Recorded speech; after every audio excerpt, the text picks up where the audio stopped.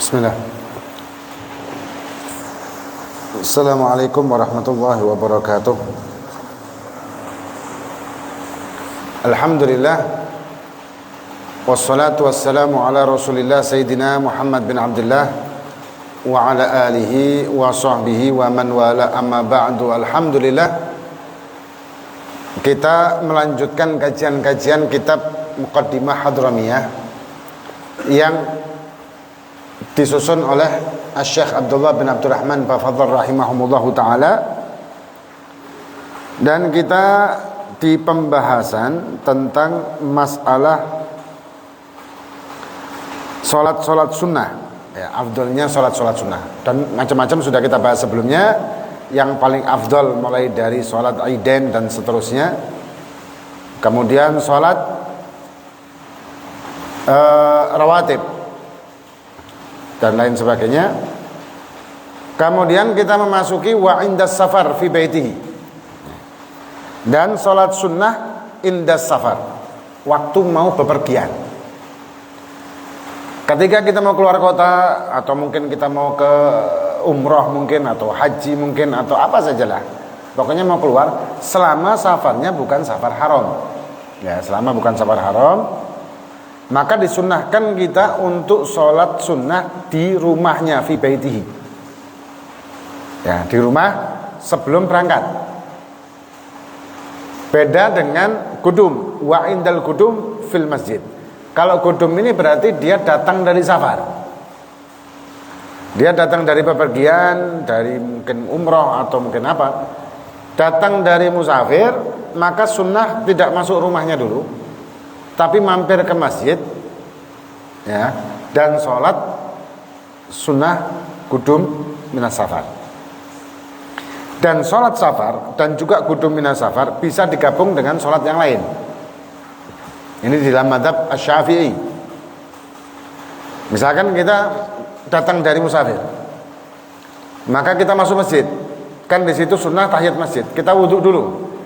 Setelah wudhu, kemudian kita masuk ke masjid, maka kita ada disunnahkan untuk sholat sunnah wudhu, tahiyat masjid, dan sekaligus kudum safar. 3 sholat ini bisa kita gabung di dalam satu sholat, atau bertepatan dengan jamaah. Kita datang pas waktu zuhur, kita wudhu, kemudian masuk ke masjid, imamnya qomat, muadzinnya qomat, imamnya sholat zuhur berjamaah, maka kita langsung rangkap jadi 4. Boleh. Usolli fardhu dhuhri wa tahiyatul masjid wa sunnatul wudhu wa sunnatul qudum minas safar ma'muman lillahi ta'ala. Boleh. Ada 14 macam sholat sunnah yang bisa digabung dengan yang lain, ya, termasuk sholat qudum ini, dan juga sholat safar, indah safar, mau pergian. Nah, kemudian ada lagi macam-macam sholat sunnah yang lain lagi, yaitu yang tidak disebutkan di matannya Syekh Abdullah bin Abdurrahman Bafadhal ini, warakatan akibal adzan yanwi bihima sunnatihi. Setelah adzan itu juga disunahkan kita untuk sholat sunnah adzan selain qobliyah, ya, di luar qobliyah. Kemudian, tapi ini jarang. Apa? Rak'atan inda zafaf likulli minaz zawjain, ai ba'dal 'aqd wa qabla al-wiqa'. Ini jarang. Sholat sunnah zafaf, manten, sholat sunnah ke manten setelah akad nikah, sebelum ketemu, disunahkan sholat sunnah 2 rakaat dengan niatan usolli sunat az-zafaf. Cuman jarang yang pakai. Kenapa? Gak koper. Gak koper, anu segala macam. Kalau salaman kan batal, kalau ketemu kan biasanya salaman kan batal. Nah, ini sunnah. Yang perempuannya mungkin ribet dengan make upnya, jadi tidak sholat. Jadi masih santri kadang-kadang ente ya nikahnya sudah lali kabeh wis. Kemudian ada juga sunnah zawal, ya, waktu tengah hari. Kemudian ada juga sunnah rakatan liman kharaja minal hammam, keluar dari hammam. Hammam ini yang dimaksud hammam kalau di fikih itu bukan kamar mandi, toilet. Ya. Bukan. Hammam yang dimaksud di sini adalah apa di sini ya? Gini. Waktu Islam masuk ke Suriah, ke Syam, di sana orang-orang Syam itu mempunyai kebiasaan mereka itu bikin semacam kayak air panas gitu, ada uap kayak mandi uap atau mandi air panas di kayak di ruangan-ruangan gitu. Kayak di Turki juga ada. Nah, itu dari peradaban sebelum Islam sebetulnya. Jadi kayak apa ya? Kayak sauna, model sauna tapi ada airnya. Kalau sauna kan ada airnya. Ini ada airnya. Ini yang dinamakan hammam. Yang dinamakan hammam itu ini. Yang di dalam fikih kata-kata hammam ini. Cuman dalam bahasa Arab hammam juga bisa diartikan toilet. Tapi yang dimaksud kalau di sini rakaatan liman kharaja minal hammam, yang dimaksud hammam ini setelah mandi uap itu tadi. Ya. Kemudian waliman takhala ardan la ya'budullah fiha, dan masuk ke daerah yang di situ tidak ada yang menyembah Allah, orang kafir. Itu juga disunahkan kita sholat. Dan ini sholat yang juga yandarij atau bisa digabung dengan yang lain. Kemudian waliman marra bi ardil lam yamurra biyaqat, dan ketika dia jalan di satu daerah yang tidak pernah dijalani oleh orang. Atau mungkin bagi pendaki gunung ketika masuk ke hutan atau hiking, kemudian dia melewati jalan yang bukan setapak mungkin, atau kalau istilahnya teman-teman itu buka alas atau buka jalan ya, buka jalan. Jadi trek lain, itu disunahkan. Apalagi di daerah-daerah yang sifatnya itu hutan atau apa, itu kan tempatnya setan, tempatnya jin dan segala macam. Ya, kita kan butuh perlindungan Allah. Nah, bukan malah ketika kita masuk ke hutan malah nyembah hutan ya. Saking wedine sampai penunggu hutan sampai nyembah hutan. Ada yang gitu kan. Nah ini gimana? Ya bisa syirik dong. Terus yang nyembah Allah, minta tolong sama Allah sang pencipta segalanya, termasuk pencipta sing setan-setan jin-jin yang bertempat di situ, kan harusnya begitu. Ya repot. Kemudian ada yang tanya juga, kalau misalkan kita menemukan tempat pemujaan di hutan itu gimana? Apa yang harus kita lakukan? Tinggalin. Tidak usah mau diapain? Misalkan punya agama lain, punya agama lainnya kita tidak perlu untuk kecampur urusan agama lain. Lakum dinukum waliyadin. Agamamu ya agamamu, agamaku agamaku, tidak bisa kecampur. Karena makna toleransi itu kan bukan ikut campur urusan agama orang lain. Kalau toleransi dalam artian kita ikut campur memperingati ajaran agama lain, ya bisa-bisa kita murtad nanti akhirnya. Kemudian walil qatl ini maksudnya perang jihad fisabilillah. Ya, bukan mau mateni orang tuh sholat dulu, bukan. Ini maksudnya perang fisabilillah, perang perjuangan pada zaman dulu misalkan, atau perang melawan orang kafir harbi dan seterusnya. Walil khuruji min masjidihi sallallahu alaihi wasallam, juga ketika keluar dari masjidnya Kanjeng Nabi Muhammad sallallahu alaihi wasallam ini juga disunnahkan untuk sholat dulu sebelum keluar. Nah, ketika masuk kita disunahkan sholat tahiyat Masjid Nabawi. Mau keluar sunnah sholat dulu untuk khuruj minal Masjid Nabawi. Ya, kemudian ketika kita kehilangan barang, itu juga disunahkan kita sholat tuh. Kenapa demikian? Karena subhanallah, kalau kita ini kehilangan barang atau lupa naruh barang, kita akan diingatkan oleh setan kalau kita sholat. Betul enggak? Karena setan itu enggak kepingin kita khusyuk. Ana ingat Al-Walid Aba Zail marhum Habib Alwi, waktu anak kecil pernah ngomong, kalau enggak percaya, kata beliau, kalau setan itu enggak suka kita khusyuk ya, kalau enggak percaya, Lek kau lali naruh barang di mana, coba sholat toh. Begitu takbir Allahu Akbar, moro ada bisian di hati. Oh, tak dililik kuno koyo. Oh, dek kesak sebelah kono. Oh, sampai kadang-kadang ketika sholat tuh geraya-geraya. Kesaknya digerayai. Oh, dek ini dia. Kenapa? Ya karena setan tidak mau, hawa nafsu tidak mau kita khusyuk. Orang kalau khusyuk di dalam sholat dan tenggelam di dalam sholat, maka dia akan merasakan lezatnya ibadah. Kalau sudah seperti itu, setan hawa nafsu bisa kalah kan? Maka itu mereka tidak mau. Ya apa caranya kita dipengaruhi supaya tidak khusyuk. Kemudian wassalatul istikharah. Ya, sholatul istikharah ini juga disunnahkan. Ya, waktunya bebas ya, waktunya bebas dan bisa dari juga. Ya, bisa dari juga dan waktunya bebas. Biasanya orang itu mengerjakan di malam hari ba'dal isya atau di waktu malam waktu tahajud biasanya, boleh aja. Sholat istikharah. Cuman sholat istikharah ini termasuk sholat yang tidak boleh dikerjakan di 5 waktu yang sudah pernah kita bahas. Ya, kenapa? Karena sababnya mutaakhir. Kan istikharah itu kita minta petunjuk sama Allah. Misalkan minta petunjuk untuk kerja, minta petunjuk untuk nikah. Misalkan ada pilihan lor kali kedul kali sing di. Atau ada pilihan-pilihan masalah pilihan hidup. Hidup ini kan pilihan. Allah Subhanahu wa taala memberikan kita hidup dengan pilihan banyak. Ada seorang aulia minas shalihin yang setiap hari dia istikharah. Ketika tanya kenapa kok istikharah setiap hari? Beliau menjawab karena setiap hari itu pilihan. Setiap hari yang kita lalui ini kan semuanya pilihan. Apa yang akan saya lakukan nanti? Maka saya minta petunjuk sama Allah supaya apa yang saya lakukan bermanfaat dunia akhirat, tidak sampai melanggar Allah dan Rasulnya.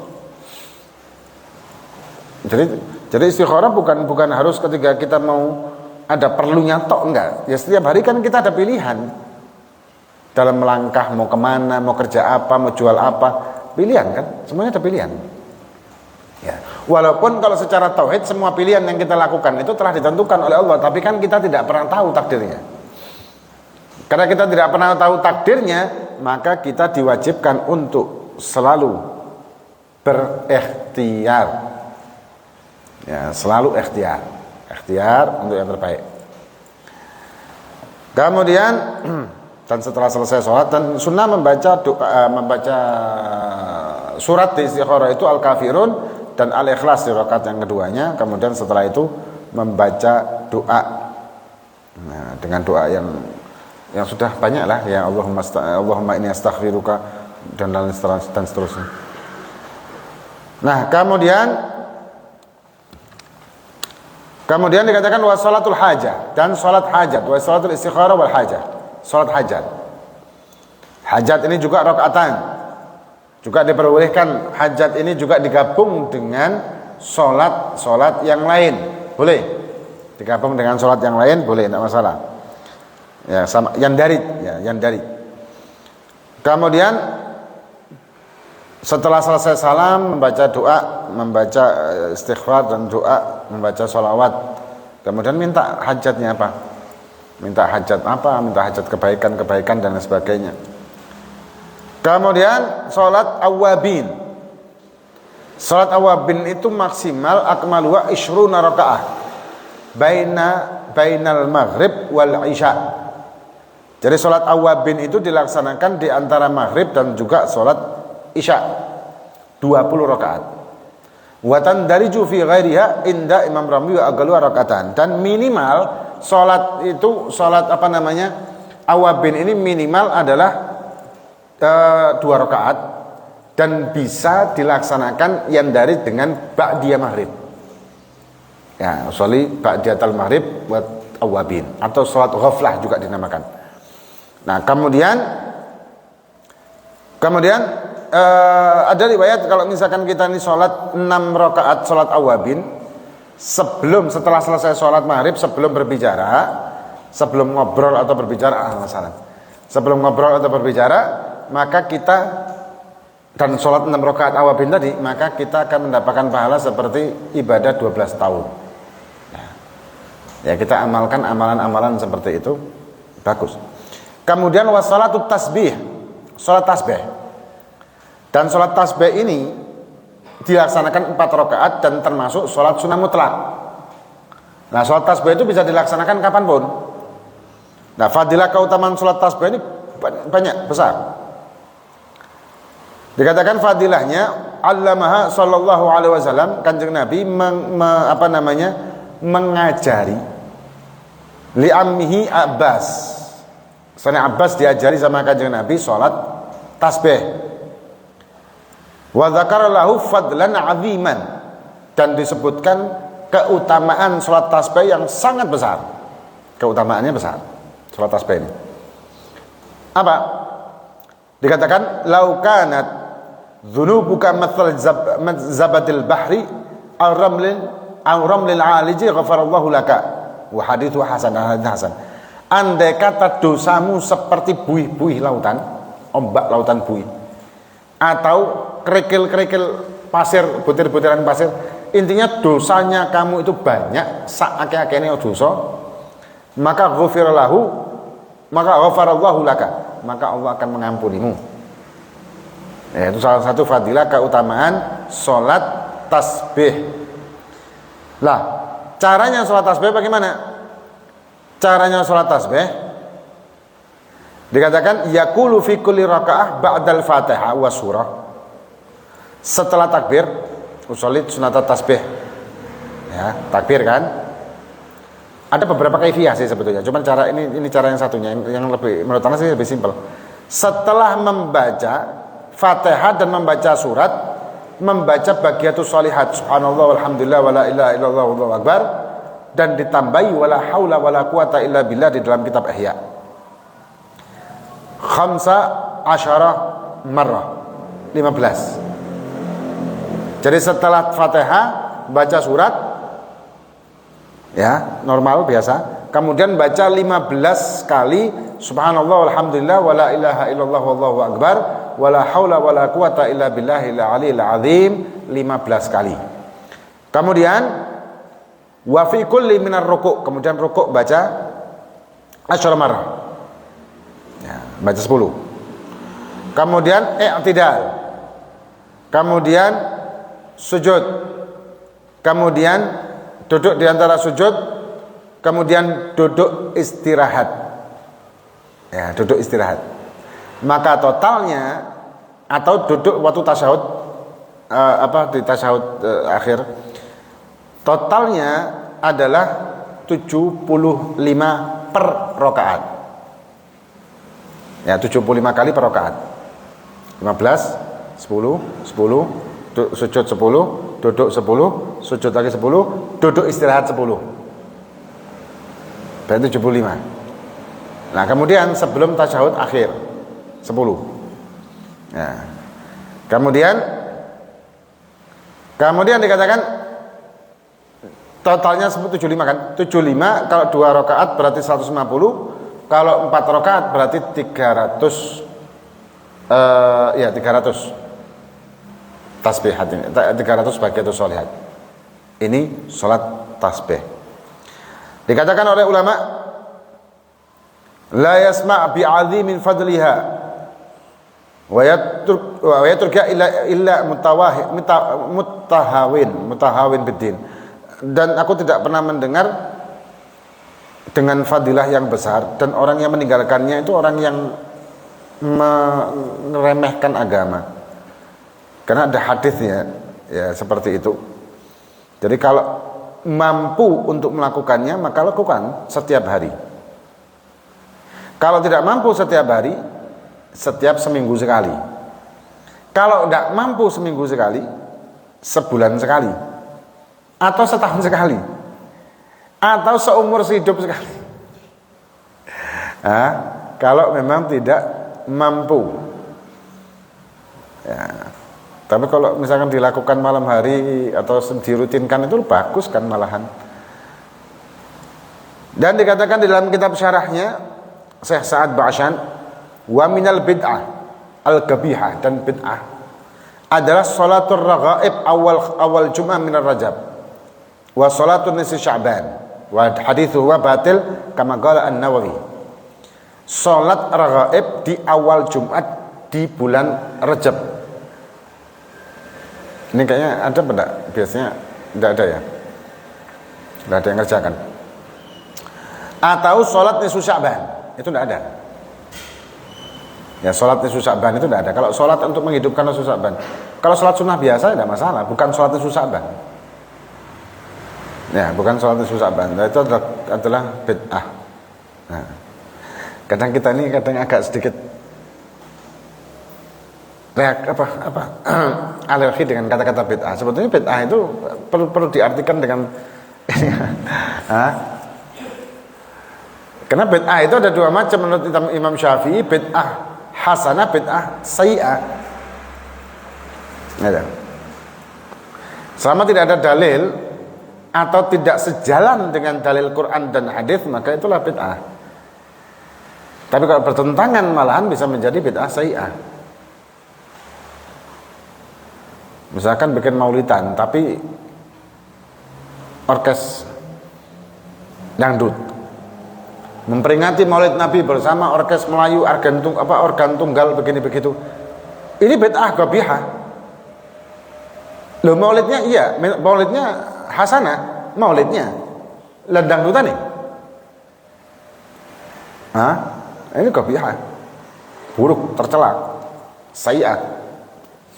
Ya. Kadang kita ini alergi dengan kata-kata bid'ah itu akhirnya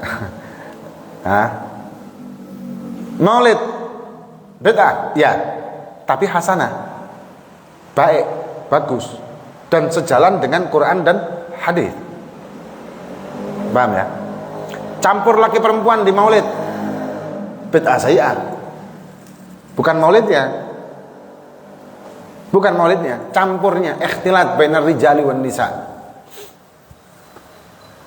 Mbah Hasyim Asy'ari pernah marah gara-gara ada ikhtilat waktu berapa tahun gitu ya. Ada waktu zamannya Mbah Hasyim, Mas Hasyim tahu ada ikhtilat bainar rijal wan nisa, rijali wan nisa, marah beliau.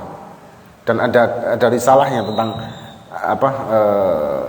jadi beliau menuangkan di tulisan tentang masalah ikhtilat. Itu Mbah Hasyim Asy'ari.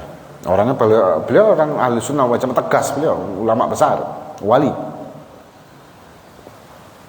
Nah, kemudian dikatakan wa man fatatuhu shalah muaqqatah qadhaha wa la yaqdi ma lahu sabab. Dan kalau ada orang yang dia meninggalkan atau tidak melakukan sholat yang ada waktunya, waktu khusus, ya seperti qobliyah tadi, maka bisa diqadha atau dilakukan di lain waktu tersebut. Kayak qobliyah kan bisa dilaksanakan di ba'diyah.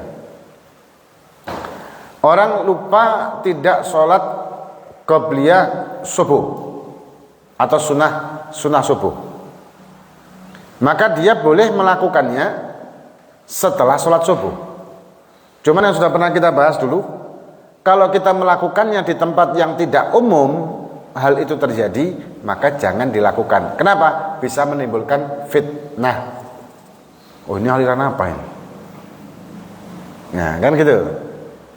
Karena masyarakat umumnya melihat secara umum, yang kebiasaannya beliaunya seperti itu, ya sudah itu yang dipegang. Padahal fikih ini luas.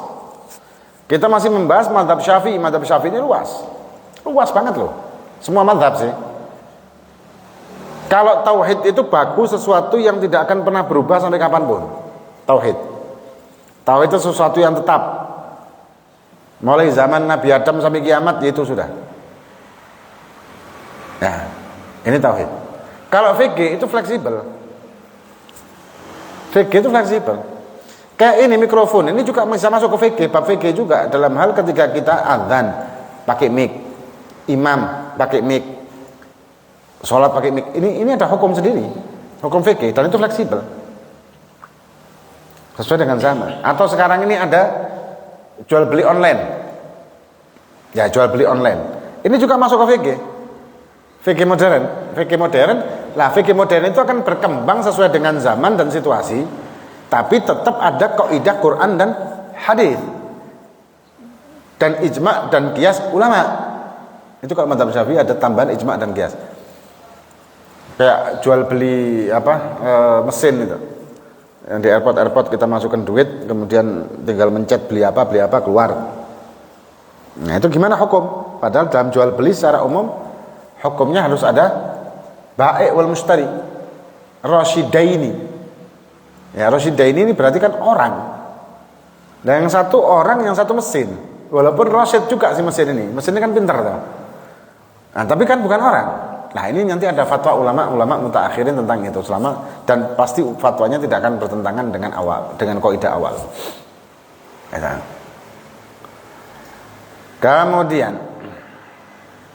Kemudian dan tidak diqadai kalau yang mempunyai sebab tertentu, misalkan habis wudu kemudian dia lupa tidak sholat sunnah wudu, maka tidak diqadai. Nah, kapan berakhirnya sunnah wudu ini banyak khilaf untuk ulama. Ada yang menyatakan bahwa setelah kering air wudunya, ada yang mengatakan demikian. Kalau tahiyat masjid berakhirnya ketika kita duduk. Kalau ketika kita duduk maka berakhirlah kesunahan tahiyat masjid, kecuali duduknya mau minum, duduk untuk minum yang sudah dicontohkan Sabtu kemarin itu, ya, nah itu tidak membatalkan tahiyat masjidnya, masih boleh untuk tahiyat masjid setelah itu. Kemudian wala hasal nafil mutlak, dan tidak ada batas di nafal mutlak. Nafal mutlak kesunahan sholat sunnah mutlak, ya. Sholat sunnah mutlak ini maka tidak ada batasan tertentu. Sholat sunnah mutlak ini berarti sholat yang tidak ada sebab. Tidak ada sebab tertentu, tidak ada waktu tertentu. Termasuk sholat tasbih itu tidak ada waktu tertentu, maka dinamakan sholat sunnah mutlak. Begitu juga sholat tahajud. Sholat tahajud itu juga sholat sunnah mutlak. Ya, tahajud itu. Karena tahajud itu kan nama waktu aslinya, ya, nama waktu. Dan itu sholat sunnah mutlak. Nah, sholat sunnah mutlak wala hasad, tidak ada batas untuk sholat sunnah mutlak. Fa in ahrama bi aktsar min raka'ah falahu an yatasyahhad fi kulli raka'ataini au fi kulli thalath au arba'. Kalau dia takbir dengan jumlah lebih dari satu rakaat atau lebih dari satu rakaat, yang dia mau sholat sunnah mutlak lebih dari satu rakaat, maka falahu ayat tasyahud fi kulli raka'ataini, maka dia afdolnya setiap dua rakaat tahiyat. Afdolnya kalau lebih dari, misalkan dia niatnya itu 10 rakaat langsung sholat mutlak, boleh tidak? Boleh, cuman kesel ya. Nah, afdolnya itu memperpanjang sholat daripada memperbanyak rakaat. Ini berlaku untuk sholat sunnah mutlak. Memperpanjang bacaan daripada memperbanyak rakaat, itu afdolnya. Au fi kulli thalath au fi kulli arba', atau di setiap 3 rakaat sekali atau 4 sekali. Nah. Kemudian wala yajuzu fi kulli rakaat, dan tidak boleh di setiap rakaat. Satu rakaat tasyahud ini tidak sah per rakaat. Beda dengan witir. Kalau witir di satu rakaat yang mustaqil, yang terpisah hanya satu rakaat saja, maka tasyahud akhir satu rakaat. Karena afdolnya kalau di witir itu bukan 3 rakaat ya, minimal untuk minimalnya, tapi 2 plus 1. Jadi 2 rakaat salam, kemudian 1 rakaat salam. Itu afdolnya dipisah, ganjilnya tersebut disendirikan. Nah,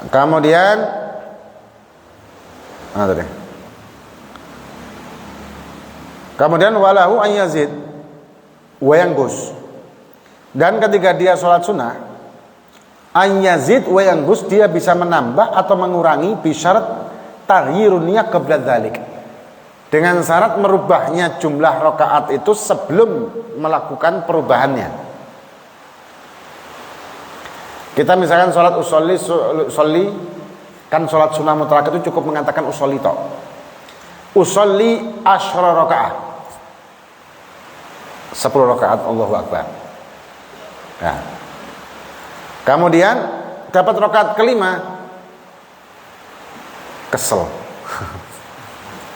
Wis tak ganti 5, enggak boleh. Karena sudah 5 kan? Enggak boleh. Harus sebelum rakaat itu. Misalkan di rakaat kelima, wis tak dadekno 6. Tak jadikan 6. Maka boleh.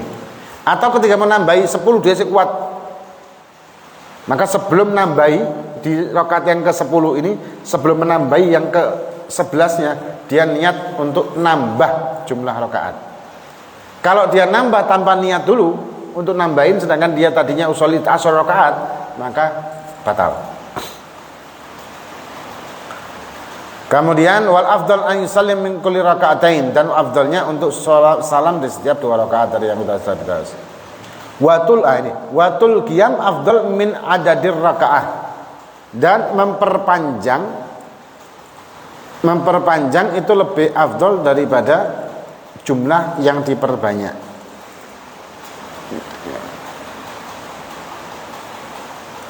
Kemudian wanaflul laili mutlak afdal. Ini yang kita bahas insyaallah nanti akan datang. Wallahu a'lam bishawab. Ada pertanyaan? Ya. Mana kita sholat ya kita cara tadi ingat sesuatu yang hilang. Seperti kunci kita sengaja tolong tadi. Tapi berarti kan enggak sampai kan. Enggak apa-apa. Kalau misalkan kita lagi sholat nih, eling kunciku mang koyo ndek kesak mburiku. Terus dia meraba saku belakangnya dengan melakukan gerakan yang tidak lebih dari 3 kali berturut-turut, tidak membatalkan sholatnya. Begitu juga kalau ketika kita sholat ada bel, HP berbunyi. Nah, mungkin dari teman atau mungkin dari istri gitu ya. Kadang-kadang ada istri yang kalau di bel gak diangkat itu wis ngambeknya bisa sampai saulan.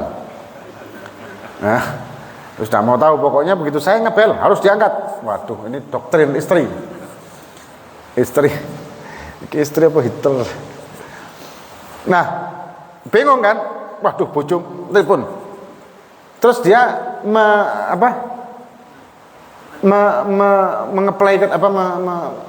menghidupkan itu loh, mengangkat. Tapi dia tidak ngomong. Tapi dia kan bersuara bismillahirrahmanirrahim. Alhamdulillah bisa mengangkat ini. Untuk cek roh aku sholat ini. Boleh enggak? Boleh. Enggak batal.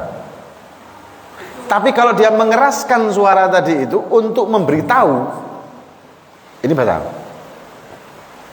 Niatnya. Tapi niatnya apa? Mutlak aja, enggak usah pakai niat terus.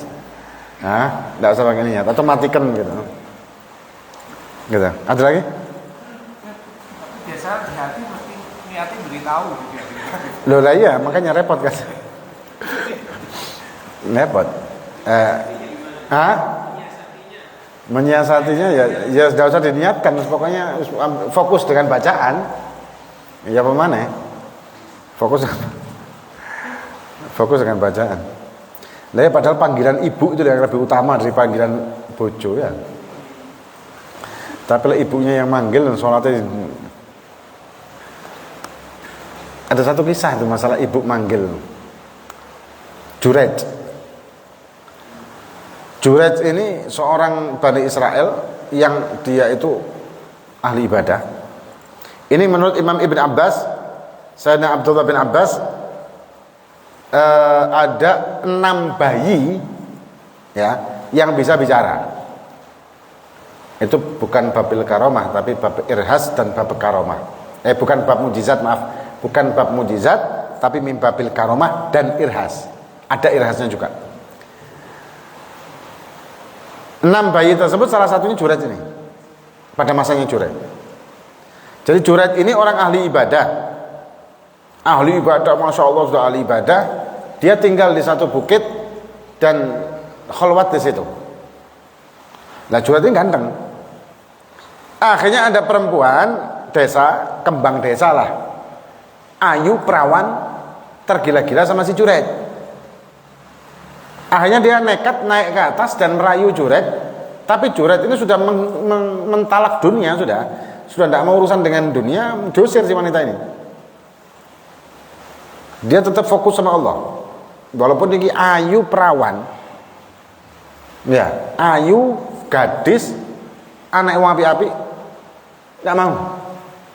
Jurej. Usir. Kalau kita mikir ya. Hah? Iya. Kalau kita mikir. Setelah itu sebelumnya ibunya Juraid ini manggil, naik ke atas manggil Juraid dalam sholat, bingung, di dalam sholat dia bingung antara medotno sholat dan memenuhi panggilan ibu atau tetap melanjutkan sholat. Dengan kebingungan tersebut, ibunya mangkel, dungo, moga-moga Allah memberikan kamu pelajaran. Doa ibu mandi loh. Nah akhirnya kejadian itu, si perempuan ini ditolak sama Juraid, diusir, padahal ayu perawan, kembang desa. Ngamuk si Harim ini tadi, dan Pak Harim kalau sudah kadung ngamuk kan udah ini. Karena dikatakan di dalam kitabnya Habib Abdul Haddad, perempuan itu nagisatul agli waddin. Berani ngomong sama istri-istrinya. Perempuan itu kurang akal dan kurang agamanya. Dalam din kurang, dalam akal juga kurang, karena lebih mengandalkan perasaan. Lah sekadung ngamuk dia tidak pakai akal kan? Akhirnya begitu dia turun ketemu pengembala kambing. Mungkin curhat-curhat sama gembala kambing ini apa gimana terjadilah perzinaan. Ya faedah gembala kambingnya. Nah, setelah perzinaan itu ternyata hamil. Si Harim ini koar-koar. Ini perbuatan Juraid. Ya, ini Juraid ini. Yang bikin saya hamil ini Juraid. Pura-pura aja dia itu orang alim. Kan setan itu paling seneng kalau ada ulama difitnah. Karena musuh utama setan itu kan ulama tuh. Karena ulama yang bisa memberikan pemahaman orang mana yang benar, mana yang salah. Setan itu lebih takut dengan satu ulama daripada 1000 ahli ibadah tapi bukan alim. Makanya itu godaannya ulama yang hak berat. Ulama yang benar ya, berat. Kalau ulama KW gampang sih, tinggal tuduhan agama mari. Tapi ulama yang hak, tidak mau dunia, berat. Fitnahan segala macam, mulai zaman dulu tuh di penjara, siksa, dibully, difitnah, dicaci maki apa segala macam. Itu memang resiko ulama yang hak. Ya. Nah ketika itu si perempuan ini keluar bahwa si Juraid lah yang menghamilinya. Wah rame. Lah orang kalau mendengar fitnahan atau berita tentang seorang alim, habaib atau kiai melakukan satu maksiat kesalahan, langsung diterima mentah-mentah. Kenapa? Karena tadi setan hawa nafsu senang ada ulama yang difitnah. Beda dengan ulama su ya. Ulama su ini kamuflase ulama tapi dia menggunakan keulamaannya dia untuk maksiat dengan zina, khomer, judi, maksiat yang lain. Kan ada kayak gitu tuh. Ya, nanti santri-santrinya di ruqyah, santriwati di ruqyah. Ada kan kasusnya gitu, santriwati di ruqyah di satu pondok sama kiainya gak karuan kabeh. Akhirnya ketangkep. Nah, ini kan ulama-ulama yang su. Nah, ini ndak ulama benar kan? Rame ribut sampai ke penguasa. Diserbulah si tempatnya Juraid ini sama masyarakat, ndak pakai konfirmasi, ndak pakai tabayun, langsung dibakar. Juraidnya diantemi. Akhirnya ditangkap sama penguasa pada waktu itu, penjarakan. Juraidnya bingung. Lu salahku apa? Juraidnya enggak tahu apa-apa nih. Salahku apa ini? Dijawab, salahmu kamu menghamili anaknya perempuan orang. Menghamili anak perempuan orang, kamu munafik lah. Sok alim, sok wali, sok ini ya. Kayak gitulah omongan sekarang kan gitu juga ada ya. Wah, bingung. Akhirnya Juraidnya mungkin Allah menggerakkan mengatakan, wes gini aja, lek anak iku lahir bawa ke hadapan saya akan tanya siapa bapaknya. Woi masyarakat ditantang gitu ya, iya. Ditantang kan masyarakat kan, ditantang merasa, wah, ya gak mungkin namanya bayi ngomong. Ya. Akhirnya begitu lahir si anak ini langsung dibawa ke hadapan Juraid, depan orang banyak, depan rajanya. Juraid langsung mengatakan, ya gulam, man abuka? Hei arek cilik, siapa bapakmu? Siapa ayahmu? Abi fulan bin fulan yar al aghnam. Jawab, bapakku ini Fulan bin Fulan, pengembala kambing. Kaget masyarakat. Wah, selama ini salah. Terus kadung benci. Ya, kadung suudzon macam-macam, fitnah macam-macam, terus kadung bully. Ternyata salah. Nah, kayak gitu tuh biasanya ada yang besar hati minta maaf. Nah, itu minta maaf akhirnya bangunkan tempatnya yang baru, juretnya, dan mereka minta maaf. Tapi ada juga yang kayak gitu tuh malah tidak mau minta maaf, gengsi dia. Misalkan ada orang yang didakwa dengan WA palsu begitu, ada ulama didakwa dengan WA palsu gitu ya, WA chatan sama perempuan, terbukti salah, tetap ngeyel, enggak mungkin salah. Loh, ini terbukti salah, enggak. Padahal dalam hatinya, iya salah ya. Kadang benci repot ya. Kadang benci itu repot. Perlu diruqyah orang kayak gitu. Ruqyahnya pakai kopi tanpa gula. Itu panggilan ibu. Ya, panggilan ibu yang harus betul-betul kita perhatikan. Kadang-kadang istri manggil, ibu manggil, yang dipilih apa? Ya, dipilih istrinya. Ada pertanyaan lagi? Ya. Apakah boleh sholat witir itu misalnya tidak dibuat dua-dua atau langsung misalnya 3, 5, 7 dan sampai 11? Kalau misalnya itu prakteknya bagaimana?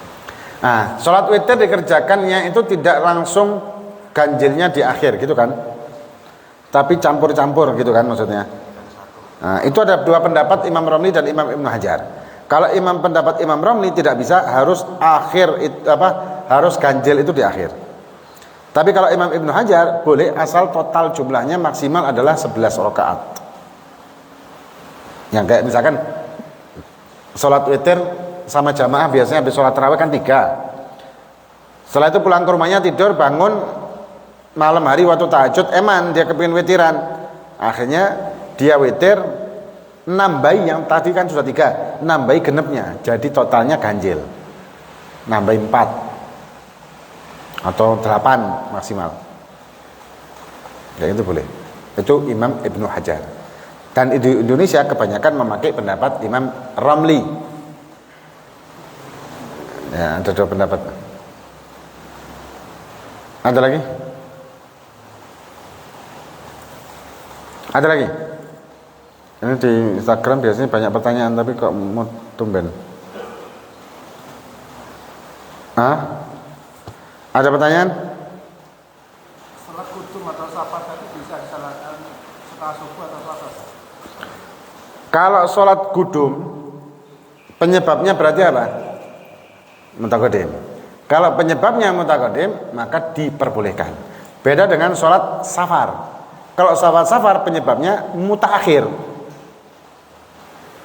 Nah, kalau sabab mutaakhir tidak bisa dikerjakan setelah subuh.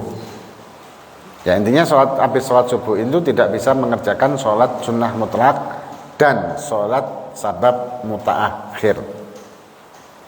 Begitu. Ada lagi?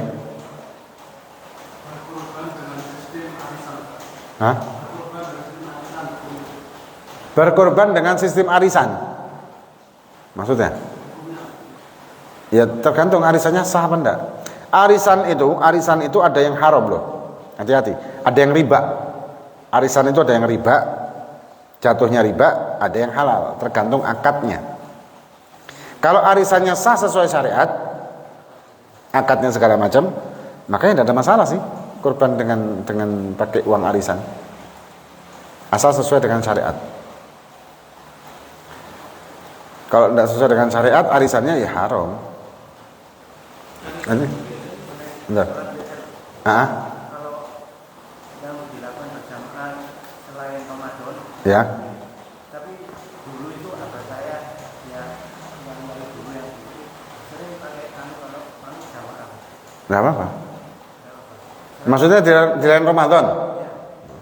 Sholat yang tidak disunahkan berjamaah, kalau dilakukan dengan berjamaah, jamaahnya sah, tapi tidak mendapatkan fadilah jamaah. Cuman nanti dari sisi lain bisa mendapatkan pahala yang lain. Contoh, jamaahnya karena untuk tarbiyah anak istrinya.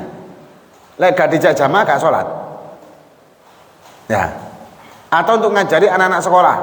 Biasa kan anak-anak sekolah jamaah duha gitu. Nah, dapat pahalanya dari sisi itu.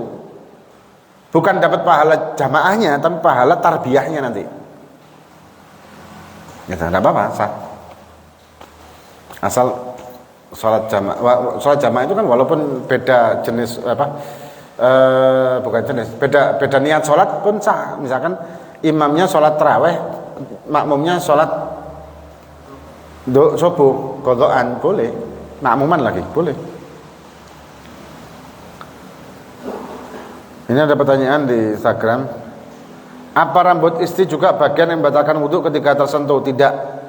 Yang tidak membatalkan itu di bagian tubuh wanita dan pria adalah rambut, kuku, gigi. Tapi apa caranya nyekel gigi tanpa kecakot, tanpa bibirnya? Mata. Mata ini mata kelopak, bukan kelopaknya loh. Bola mata. Ya apa caranya megang bola matanya istri tanpa nyentuh ini? Nyulak gitu. Nyulak ya pecah. Jadi rambut tidak membatalkan rambut. Kita jambak istri waktu kita punya wudhu tidak apa-apa. Bukan jambak, megang maksudnya. Kuku juga tidak masalah, gigi juga tidak membatalkan. Ya. Udah, 3 itu yang umum ya. Kalau yang mata ini kayaknya aneh. Hah? Apakah boleh seorang istri meminjamkan uangnya sendiri atau uang belanja bulanan tanpa seizin suami? Harus izin sama suami. Memang si istri ini kalau dia punya uang, dia punya hak untuk tasarruf sendiri, tapi afdalnya dia untuk ke uangnya dia pribadi loh ya. Ngomong sama suami agar tidak terjadi fitnah. Ada pendapat yang mewajibkan malah, walaupun secara umum memang tidak wajib. Nah, kalau uang belanja harus amanat si istri ini. Uang belanja dikasih sekian ya sekian. Digunakan untuk apa harus benar-benar tahu. Digunakan untuk hal-hal yang di luar belanja haram. Kecuali suaminya ridho. Bebas. Misalkan dikasih per bulan 10 juta, wis gawe tak karepmu.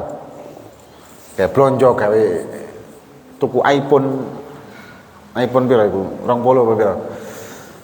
13, 14, 13 ya. Si paling larang itu apa? Wis sakarepmu. Bebas. Tapi kalau iki lho dhek blonjo, iki blonjo, ya blonjo. Ya. Hah? Kalau dikasih terus dipakai buat sing aneh-aneh ya enggak boleh. Kenapa khutbah Jumat lebih lama dari sholat Jumat? Enggak mesti dong. Enggak mesti, tergantung khotibnya. Khutbah Jumat lebih lama dari sholat enggak, belum tentu. Karena kalau rukunnya tok dibaca ya cepat. Yang bikin agak panjang itu kan penjabaran dari wasiat bittaqwa. Ya kan? Kalau cuma usikum wa nafsi bittaqwallah, kemudian baca surat, kemudian baca doa, selesai, boleh. Rukunnya tok. Tapi biasanya kan usikum wa nafsi bittaqwallah, kemudian baru penjabaran tentang fadilah kurban, tentang apa? Salat, birrul walidain lah, apalah. Nah, itu kan bisa diperpanjang, bisa diperpendek tergantung khotibnya. Ya, khotibnya cepat ya cepat, enggak ya enggak, fleksibel sih. Cuman afdolnya jangan diperpanjang. Karena jam-jamnya ngantuknya orang. Afdolnya enggak memperpanjang khutbah. Ada lagi?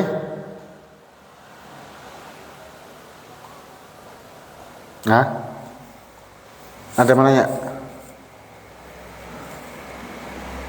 Sambut. Wallahu a'lam bishawab. Amin. Amin.